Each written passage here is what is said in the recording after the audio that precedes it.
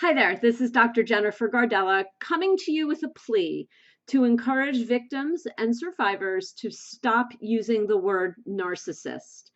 I make a claim in my blog on My Steps in Time that it can actually be dangerous for victims and survivors to throw around the word narcissist.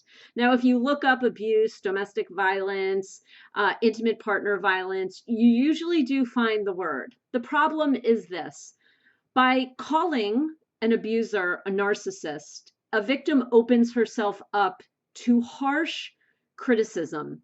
As I explain in my blog, I had a situation with my abuser where I called him a narcissist. And rather than deal with what had happened that caused the problem or the fight, he then unleashed a verbal berating on me that lasted for days. And it went something like, "Oh, is Dr. Gardella now diagnosing? I didn't know you could do that, Dr. Gardella. Is this your life coach talking? Your life coach has never met me. You can't do this without a therapist telling you. So what therapist are you working with? Maybe I should see the therapist and tell him or her my side of the story." Complete deflection to what had caused the fight, and the narcissist had once again turned the tables on me. Very dangerous. Months and months and months went by, and my abuser was still using the tactic, because it then went something like, "Oh, I can't say anything in front of Jen or she'll diagnose me as a narcissist, or who else knows what she's capable of diagnosing me as." It was brutal. I had handed him away to further abuse me. The second way it's really dangerous is when you're dealing with the legal system. So I recommend never putting the word in text messages, emails, and absolutely never using the word in court. So if you and your abuser are in a battle for custody, for your divorce proceedings, whatever it is, what you want to do is make sure that instead of using the word narcissist, you use the word abuser. Judges don't like it. Attorneys will really go after any victim and or her legal counsel that tries to introduce it without a diagnosis.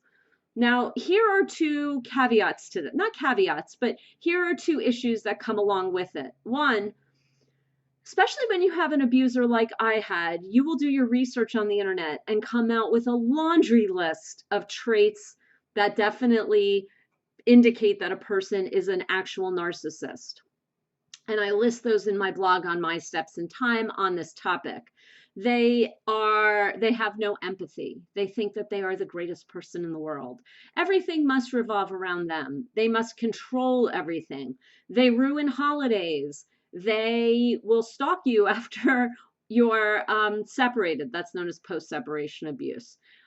I had a list of, I think, 15 that I finally listed out, and my abuser personified all of them.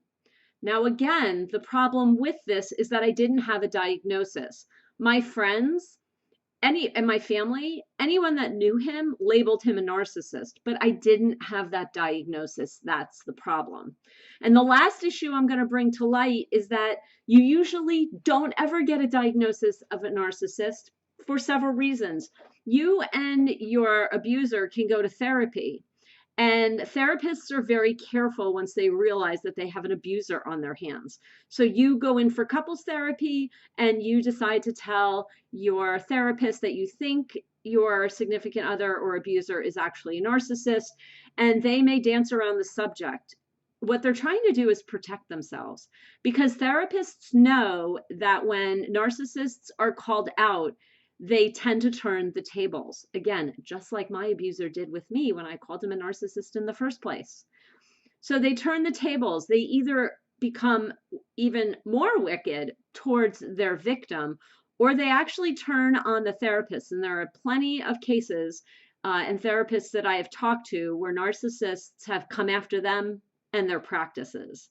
That is a problem. So a safer word is to make sure that, or I should say safer wording to use, is to make sure that victims are clear that they are victims and or survivors of domestic violence, depending where they are in the process. And also that all communications indicate abuser and domestic violence, and everyone gets rid of the word narcissist. Remember, the word narcissist is very dangerous to throw around. It's something that needs to be diagnosed by a psychologist. An abuser throwing it around during an argument could set off her abuser in a multitude of ways. And judges and even the abuser's legal counsel will pummel the other side for using something without a diagnosis. And, you know, I just remembered that I forgot to even say here at the end, and so I'll say it here at the end. Most of the time, these people aren't diagnosed. They think they're perfect and they don't need help. So we actually don't have a lot of diagnosed narcissists running around in the world. Anyway, that's it for today. Again, third day of Domestic Violence Awareness Month in 2023. Thank you for listening.